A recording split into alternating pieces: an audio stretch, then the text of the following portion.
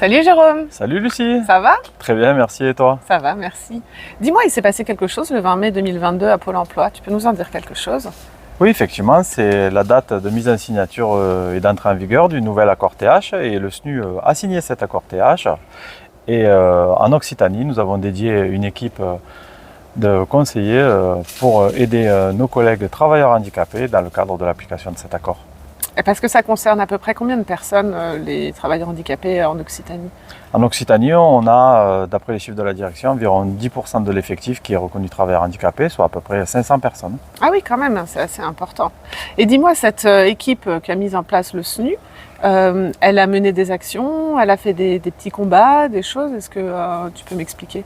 Oui, bien sûr. En fait, cette équipe a été chargée déjà d'analyser l'accord travailleur handicapé et après de rentrer en contact avec les sollicitations des agents.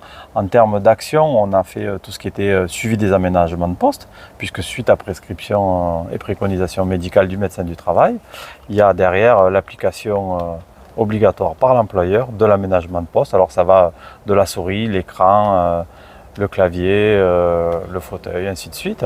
Elle a aussi aidé les agents dans le cadre de l'application du maintien de la rémunération, dans le cadre des invalidités par exemple. Elle a aussi aidé les agents dans le cadre de la garantie salariale. La garantie salariale, ça concerne en fait les agents qui sont reconnus travailleurs handicapés et qui ont eu une absence de plus de 6 mois en lien avec leur handicap.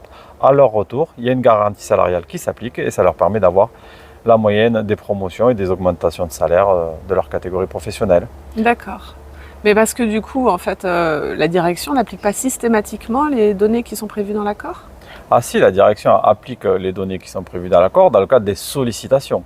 C'est-à-dire, s'il n'y a pas de sollicitation, eh bien, il y a des agents qui n'ont pas, par exemple, l'application de l'intégralité des aménagements de poste, puisqu'ils ne le sollicitent pas, ou tout simplement la garantie salariale, parce qu'au-delà de la garantie salariale, il y a les autorisations d'absence exceptionnelles pour rendez-vous médicaux, il y a tout ce qui va être traitement, ainsi de suite. Donc, nous, on est là pour les aider et pour leur permettre cette application au quotidien.